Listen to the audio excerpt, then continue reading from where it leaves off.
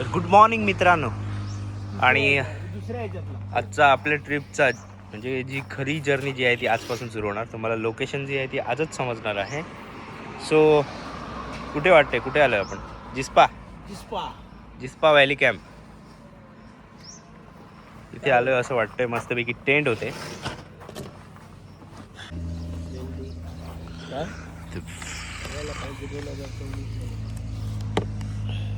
जागरे. चला, आजच्या व्लॉगचं नाव जे आहे ते ठरलेलं आहे. चला जाऊ वेरुळाला.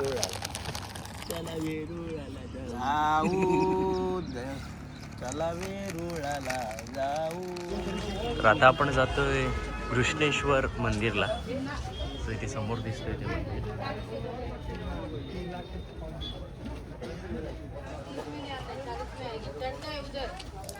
काय 12 ज्योतिर्लिंगांपैकी एक मंदिर कृष्णेश्वर मंदिर. सो आतमध्ये मोबाईल वगैरे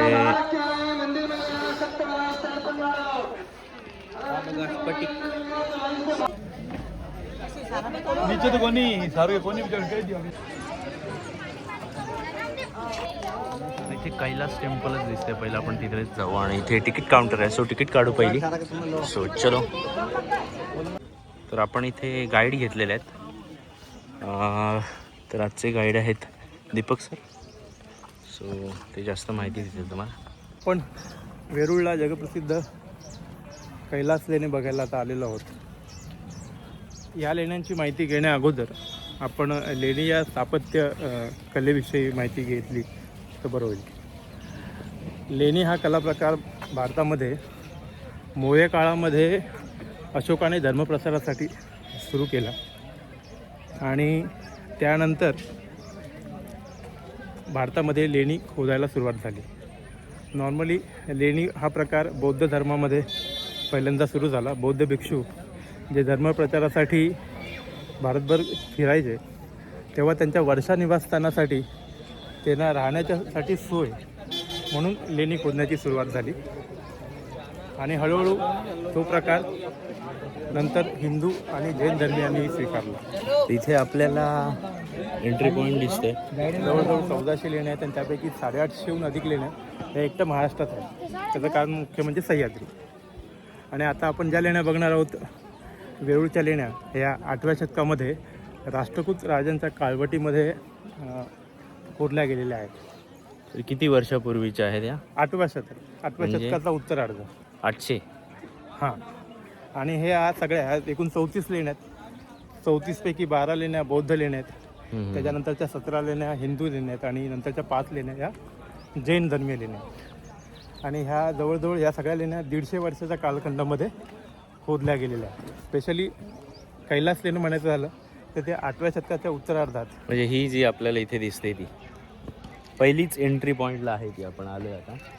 सो इथूनच आपली सुरुवात होते. सो फायनली तुम्हाला कळालंच असेल आपण कुठे आलो ते.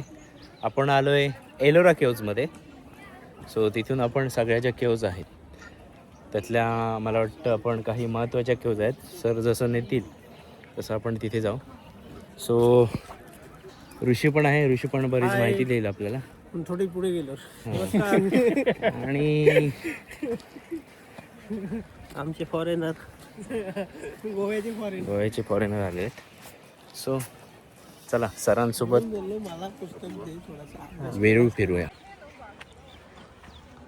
वेरूळचं कैलास लेणं राष्ट्रकूट राजा दुसरा त्याचं नाव प्रथम कृष्ण याने 8व्या शतकाच्या उत्तरार्धात बांधलं.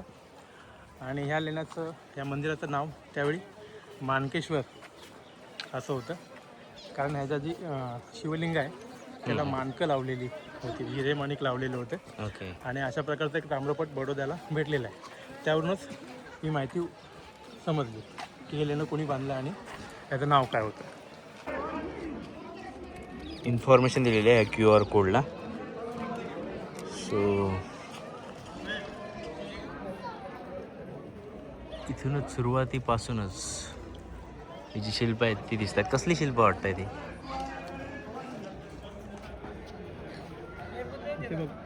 हे उद्वत तांडव आहे. शंकराचीच आहेत ना?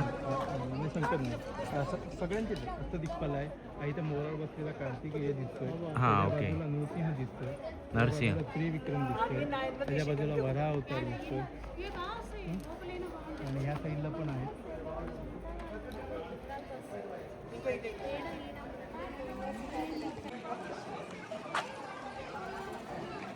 खारुताई दिसलेले आपल्याला. इथे आपल्याला दोन नागराज आणि नागकन्या त्याला खरं. ओके. इथे वराह अवतार दिसतोय. कोणता? हा बघा, हा हा हा वराह अवतार. आणि वराह एक नंबर ना. इकडे उद्धव तांडव दिसतंय. त्याने डावा पाय वरती केलाय शंकराने.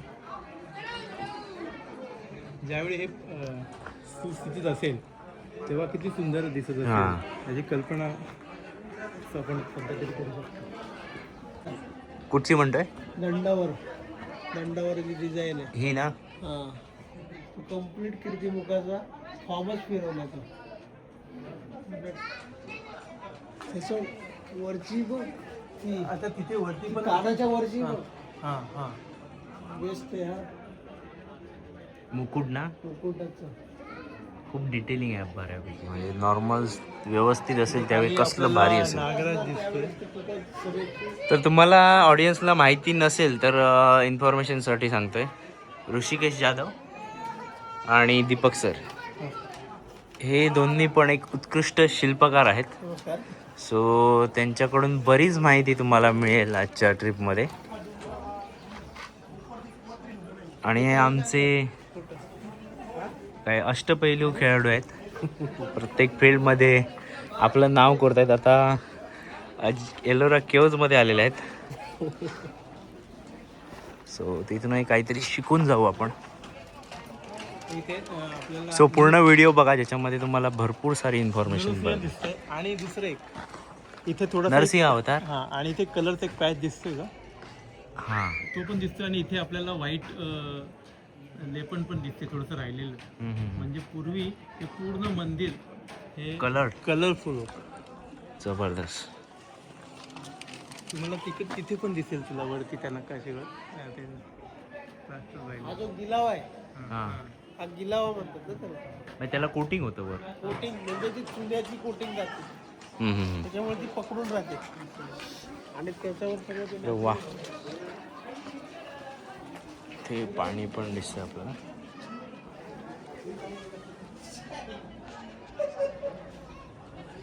मंदिराच्या गोपुराच्या प्रवेशद्वारामध्ये आपल्याला दोन्ही साईडला दोन शिल्प दिसतात. दोन ऋषींची शिल्प आहेत. पण टोटल आपल्याला 3 ऋषी आहेत. हा एक ऋषी, हा हे ऋषी आणि हे ऋषी. कोणकोणते आहेत? बृहद ऋषी. कोण? बृहद. भृगु. आणि शुक्र ऋषी. बाजू ऋषिकेश जाधव. आणि हे जे दोन आपल्याला इथे दोन हे दिसतात समोर बसलेल्या आकृत्या. मंदिराचे हे सहाय्यक ओके. हे मधल्या दरवाजावर आहे. मधल्या हा काही भाग जो शिल्लक आहे त्याच्यामध्ये प्लास्टरच्या भागामध्ये. त्याच्या केसांचे त्या दिसतात. हे पण छान आहे.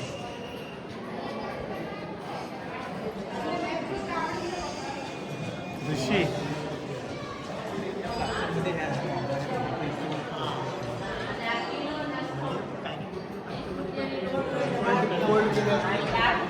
प्रवेशद्वारामधून आतमध्ये शिरताना आपल्या डाव्या बाजूला आपल्याला श्री गणेशाची सुंदर बैठक दिसते. त्या दोन बाजूला दोन राख्या चौदा डाळीत आहे. वा. विवेक कुठे गेला तो? गणपतीचं दर्शन करायचं होतं ना. दाक्षिणात्य पद्धतीचं आपल्याला गोपुर दिसते. दोन साईडला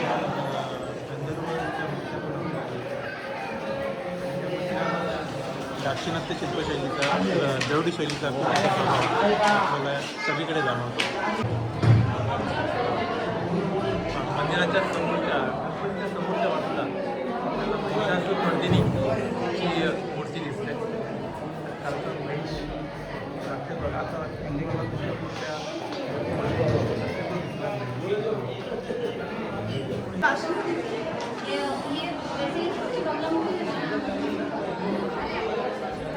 तरी आपण फोटोमध्ये आणि व्हिडिओजमध्ये बऱ्याच ठिकाणी बघितलेला तो एलिफंट दिसतोय. म्हणजे हा व्ह्यू सगळ्यांसाठी ओळखीचा असेल. आणि आपल्याला प्रवेशातून समोरच जी दिसते ती गजलक्ष्मी दिसते. तर गजलक्ष्मी आपल्याला दिसते इथे. तर दिसते ती खालची जी हत्ती आहे त्या पाण्याच्या कळशा त्या तलावात भरतायत आणि त्या कळशा वरती दिसत असतील आणि वरती हत्ती त्या कळशा चालवते त्या गजलक्ष्मीवर करतायत. कारण ते तुम्हाला जे कमळाने रंगवलेलं आहे आपण जवळ जाऊन बघायचं. म्हणजे ह्या कमळांमध्ये पक्षी दिसत आहेत, बरोबर ना?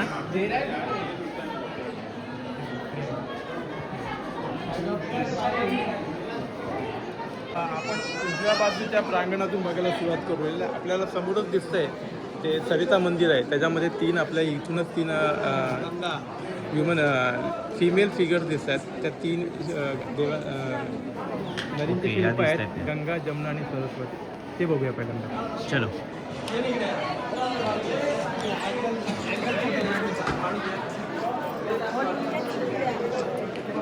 त्यांनी ते पण मगाशी चित्र सांगितलं ते मध्ये त्याने काय धरलं आहे? ऊस आहे. कोण आहे तो? मगाशी सांगितलं ना रे. हे मदन आणि रतीचं शिल्प आहे. म्हणजे ऊस धरलेला आहे आणि वरती मकर ध्वज आहे. मकर आहे.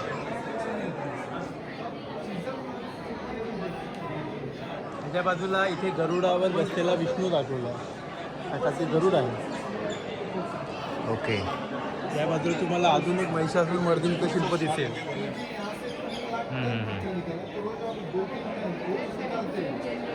वर पण हे आहे बघा ते. घेतला महेश राक्षस बघा तुम्हाला वेगळं दाखवलं वेगळं दाखवलं. आणि इथे सुद्धा ती त्याला शिंग दाखवले ना डोक्याने.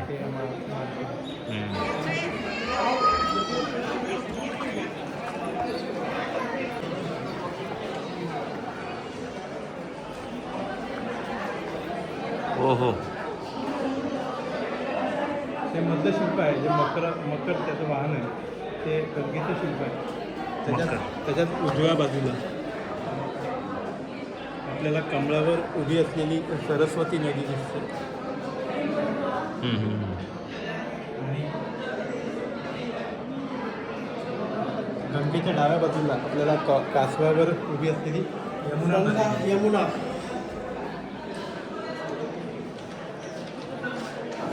यमुना, गंगा, यमुना, सरस्वती. तर आपण 20 रुपयाच्या नोटीवर बघितलं असेल एलोरा की गुफा आहे. तर हीच ती एलोरा की गुफा आहे आणि हाच तो व्ह्यू आहे तो. सो चला तर वेरूळ फिरूया पुन्हा एकदा दीपक सरांसोबत. आपल्याला दोन साईडला दोन ध्वजस्तंभ दिसतात. एक ह्या साईडला एक त्या बाजूला पण आहे. ओके. आणि मंदिराच्या या उजव्या बाजूला इथे आपल्याला महाभारत कोरलेलं दिसते. ते बघूया आधी. ओके. चला महाभारत बघूया.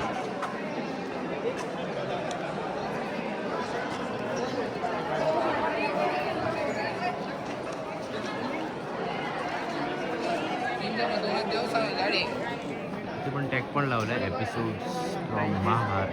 या खालच्या ज्या दोन पट्ट्या आहेत त्या श्रीकृष्णाच्या जीवनावर आधारित आहेत. आणि तिथे तुम्हाला पहिल्या चौकटी तिथे श्रीकृष्ण जन्म दिसतो. इकडे तुम्हाला श्रीकृष्ण गाई दिसवते. श्रीकृष्ण त्याच्या बाजूला इकडे रवी घुसळते आहे. इकडेच कलर वेगळं जा ना करू द्यायचं.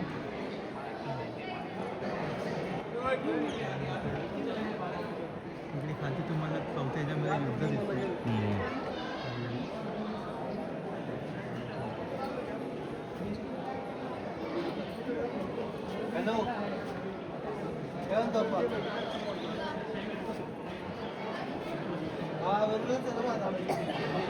हे अभिमन्यूने धरलेले चक्र आहे ना, ते राईट साईडला आहे ते. अर्जुन आहे आणि तो पशुपती अस्त्रासाठी शिवाची आराधना करतो. ओके. आणि मग शिव आहे.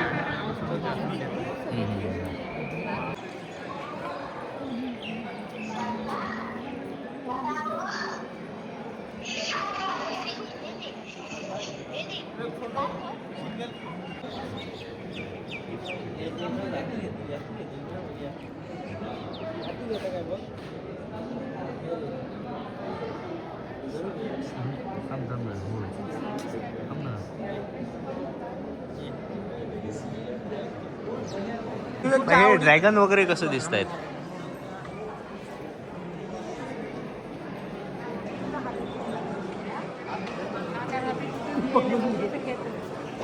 कायला तुम्हाला संपूर्ण मंदिर हे सिंह, हत्ती आणि व्याघ्र या प्राण्यांनी तोडलेलं आहे असं दिसेल. इथे तुम्हाला या तिन्ही आकृत्या एकत्र दिसतात. त्यांनी पकडून ठेवलंय असं डोक्यावर असं आहे. मध्ये सिंह दिसतोय, तिकडे मध्ये हत्ती आहे, तिकडे सिंह आहे आणि इकडे व्याल आहे. वेल हा कोण आहे? हत्ती आहे. व्याल हा दोन प्राणी ब्रीड. सिंह आणि ओके ओके.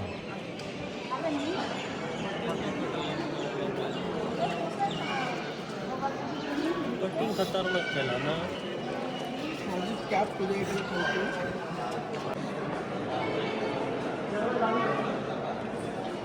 ह्या व्ह्यूने भारी वाटतंय. हे प्रॉपर दिसतंय तुम्ही सांगतायत ते हे हत्ती. हत्ती, सिंह आणि व्यालांचं इथे रांग दिसते. त्याने सगळं मंदिर तोडलंय. आणि दुसरं सांगायचं म्हणजे हे पंचरत्न मंदिर आहे. म्हणजे मध्ये तुम्हाला मुख्य विमान दिसते मंदिराचं गाभाऱ्याच्या वरती. त्याच्या बाजूला 4 छोटी छोटी मंदिर आहेत. असं टोटल ओके ओके. 4 साईडने आहेत आणि मध्ये मेन मंदिर आहे. हा. तर तिथे काय ते शिवलिंग असेल. सो चलो आपण इथून वर चढलो. इथे बघूया काय काय आहे ते. इथे काय होतंय?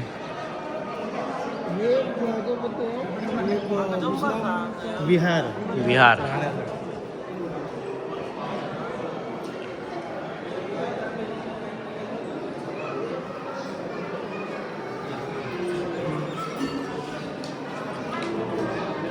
ऋषी आपण राहिलो असतो की रात्री इथे? रात्री राहिलो असतो की?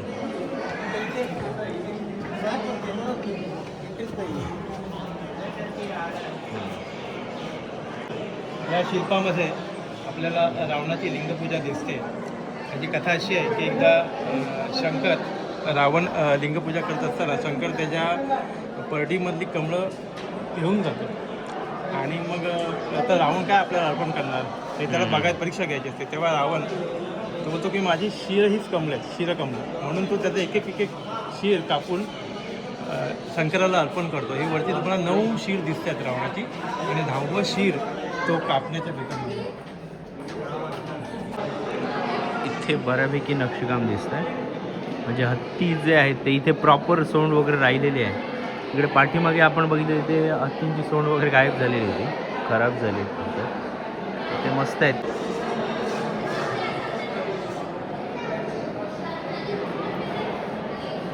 इथून आपल्याला पूर्ण मंदिर दिसतं इथून. सो पूर्ण आपण तिथून आलो आहे आणि सगळे जे अरे भारी वाटतंय. स्पिती व्हॅलीला जसं आपला रोड होता तसं आहे. सो जे आराम करतोय थोडा.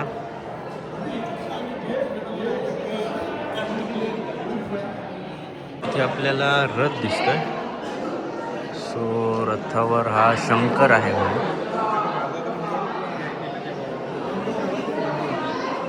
शंकर आहे ना?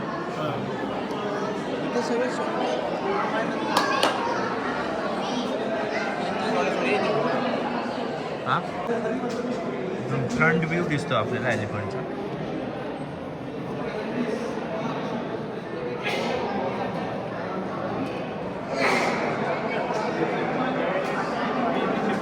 चला आपण इथून पुढे पुढे पुढे पुढे जाऊ. पूर्ण हा केवचा पार्ट आहे. त्यानंतर इथून पूर्ण फिरून जायचं आहे आणि मंदिराच्या वर पण जायचं आहे आपल्याला. सो चलो. तर इथे आपल्याला ब्रह्मा विष्णू महेश दिसत आहेत.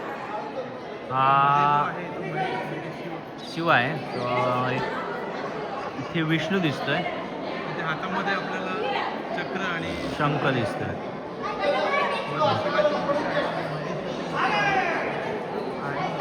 इकडे आपल्याला ब्रह्माची मूर्ती दिसते आणि ब्रह्माची तुम्हाला समजेलच 3 डोकी आहेत.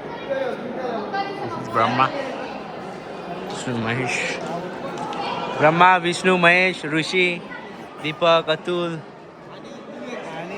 आणि विवेक फोनवर बोलताना कंटिन्यू. इथे ठिकठिकाणी आपल्याला तांडव करताना शिव मूर्ती दिसेल. त्यातलं हे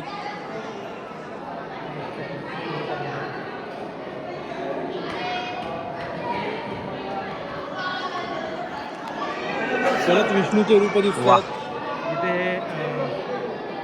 नृसिंह अवतार दिसतोय. नरसिंहानमा हो खाली पण आहे ना बरं. शेषशाही विष्णू आहे त्याच्या बाजूला. इथे आपल्याला विष्णूचे अवतार बरेचसे दिसत आहेत. विष्णूची शिल्प दिसत आहेत.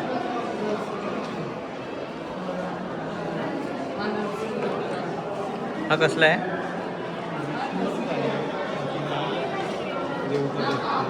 नागदेवता खाली दिसते आपल्याला. वरा अवतार आहे. गरुडावर बसलेला विष्णू आहे. त्रिपुरांतक शिवाचं शिल्प आहे. हा त्रिपुराचं राक्षसाला मारतात.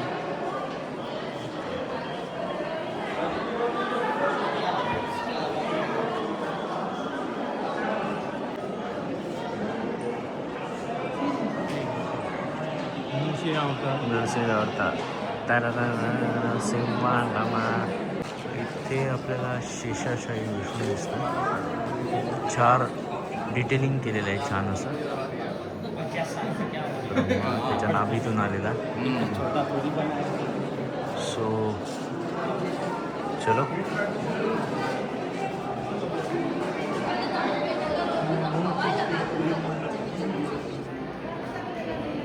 इथे डिटेलिंग राहिले ना बऱ्यापैकी.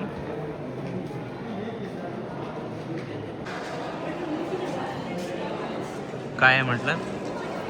इथे वरती राष्ट्रवरती भित्तिचित्र पेंटिंग पण दिसते. हां कलर आहेत. म्हणजे अजूनपर्यंत कलर राहिलेत त्याचे. त्यावेळी पूर्ण कलर्ड असेल ना हे? आणि आपल्याला काही मिथून शिल्प पण दिसतं. बघा मिथून शिल्प त्याचं वरती तिथे पण एक मिथून शिल्प दिसतं.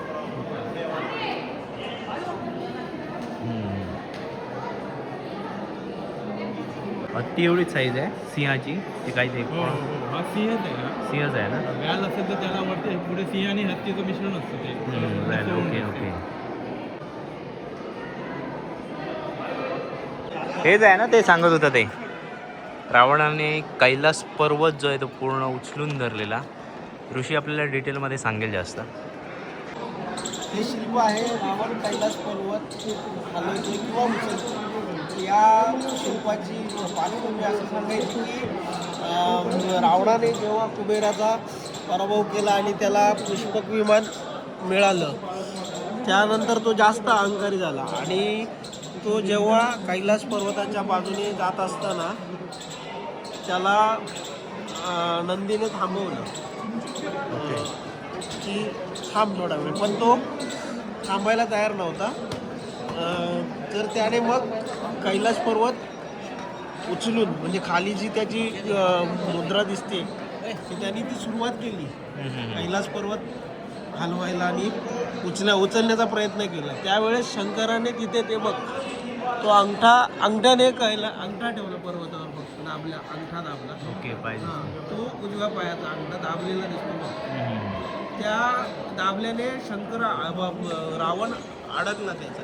त्या वेदनेने खूप व्याकुळ झाला आणि व्याकुळ झाल्यानंतर त्याने शिवतांडव स्तोत्र म्हणायला रचलं आणि गायला सुरुवात केली. आणि मग भगवान शंकर त्याच्यावर प्रसन्न झाले आणि त्याला वरदान दिलं. असं या शिल्पाचं एक म्हणजे शिव तांडव स्तोत्र जे आहे ते ह्या सीन मध्ये निर्माण झालेलं आहे. होतं रावण कैलास परत हलवतोय सगळी तेव्हा ती सगळी भयभीत घाबरून झालेली पळतायत. सगळी आणि भयभीत ती झालेली मंडळी पार्वती आहे ती पण त्याला पकडलेली पकडलेली ते बघ. काय चाललंय तेवढाच आपल्याला शिव तिथे रिलॅक्स दिसतोय की काही आणि तो एका अंगठ्याने तो कैलास दाबतोय आणि ह्याला अडकवतो. जमिनीमध्ये खाली घालतोय.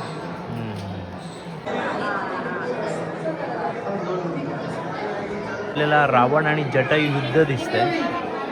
पुष्पक विमानातून रावण चाललाय. पुष्पक विमानामध्ये वरती असलेली सीतेची मूर्ती आता भग्न झाले पण आपल्याला जटायू रावणाच्या मांडीला टोचतोय आणि नंतर युद्ध होत आहे असं दाखवलेलं आहे. आपल्याला रामायण दिसतंय. हां, इथे आपल्याला दिसतंय ना राम आणि सीता आहे. तिथून त्यांना वनवासाला पाठवलं इथून. रामायण पहिली हो, त्याच्यामध्ये ते जाताना दिसत आहेत आणि इथे दरवाजा आहे आणि त्यातून ते बाहेर पडत आहेत राज्यातून. इथे पण आपल्याला म्हणजे होडीसारखे दिसते बघा. हा नावेत बसून वनवासाला निघाले. मग इथून त्यांची झोपडी वगैरे दिसते. हा जो पॅच आहे तो थोडा खराब झालेला आहे. त्यानंतर थोडासा जो पॅच दिसतो आपल्याला शूर्पणखेचा सीन आहे आणि त्यानंतर इथे तेच तसाच तो पुढचा पार्ट जो आहे तो इथे दाखवलेला आहे. इथून आपण वर जातोय. चलो द्वारपाल डांगर तास सोडून होतो. तर आपल्याला इथे त्या काळातलं पेंटिंग जे आहेत म्हणजे कलर काम जे केलेले आहेत ते दिसत आहेत प्रॉपर. पण काही नक्षीकाम आहे त्याचे पण कलर्स राहिलेले आहेत.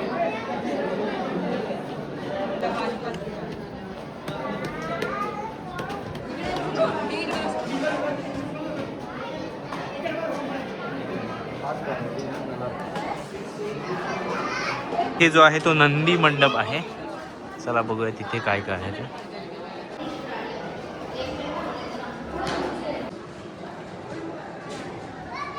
तर मगाशी जिथून आपण आलोय तो व्ह्यू दिसतोय.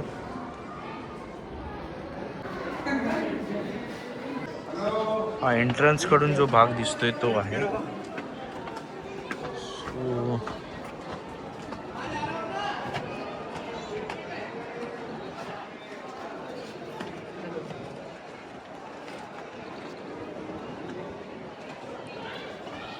आम्हाला त्यावेळेच्या आर्टिस्टचं नाव दिसतंय पण बघू शकतो. दिसते का दीपक कदमच आहे का? कोणी लिहिलं? त्यावेळी कदाचित तू रात्री कधीतरी आला असशील. तू कदाचित पांडवां मधला एक असशील. असं लिहायचं कोंबडा नसतं ना? हरवायच्या आत नाव टाकून पळाला असशील. एंट्री पॉइंट जिथून आपण आलोय तिथून जो पॅसेज दिसत होता तर हा टॉप व्ह्यू आहे.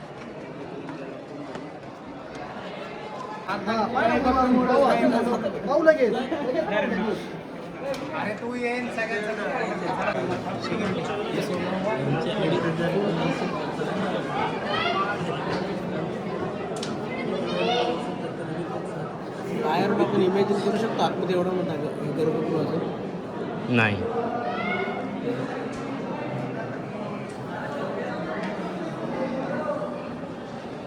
आपण भरपूर आहे रे साईज. साईज खूप आहे, दिसतच नाही बाहेर. दिसत नाही. हा हा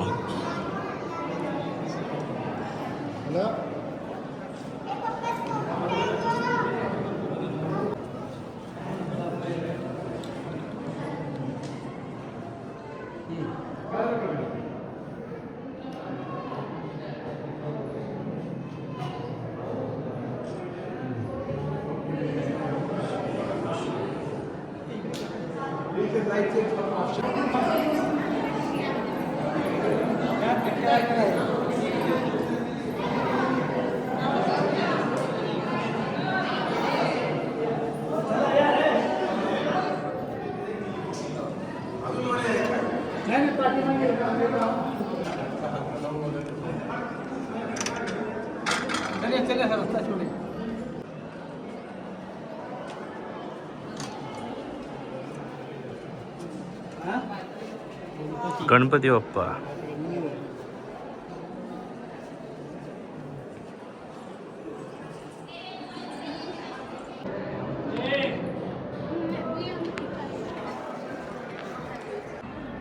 आपल्याकडची लोक हे नाही.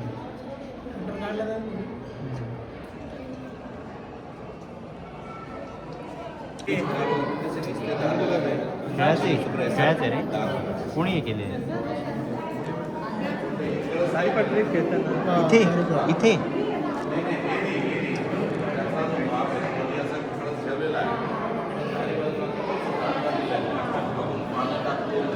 चलो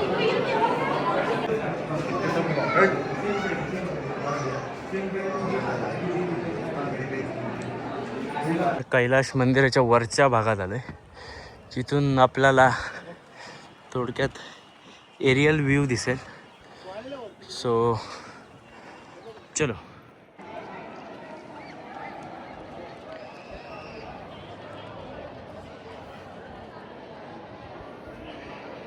पण काही केव्स दिसत आहेत.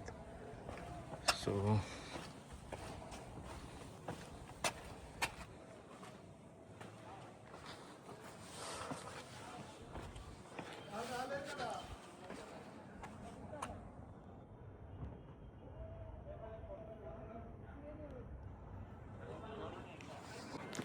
इथून आपल्याला खरा व्ह्यू दिसेल एरियल व्ह्यू.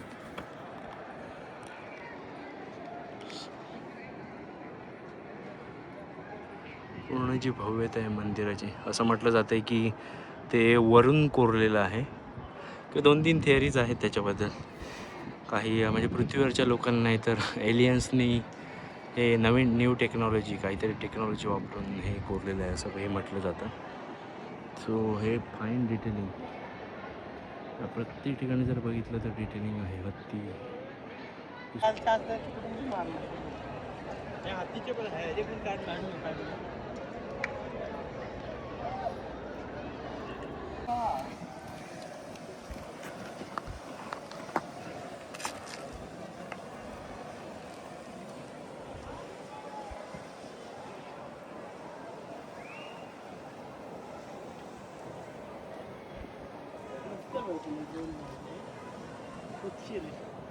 कबूतर हा गोल गोल फिरतात.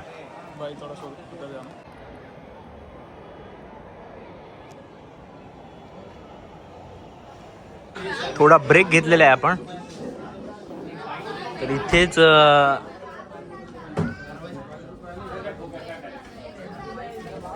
मॅगी लेस लिमका फंटाव आपलं कैलाश लेणी जी आहे ती कंप्लीट झालेली आहे. त्याच्यानंतर बाकीचे ज्या आहेत त्या आपण आता थोड्याच वेळात इथे जाऊ.